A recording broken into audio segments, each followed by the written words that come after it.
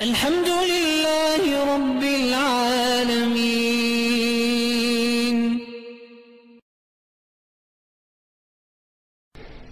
Corona بیماری کی وجہ سے، حالات کی وجہ سے مسجدوں میں تو اجتماع اس وقت نہیں کر سکتے، لیکن گھر میں بیٹھ کے عبادت تو کر سکتے ہیں، اس میں تو کوئی رکاوٹ نہیں۔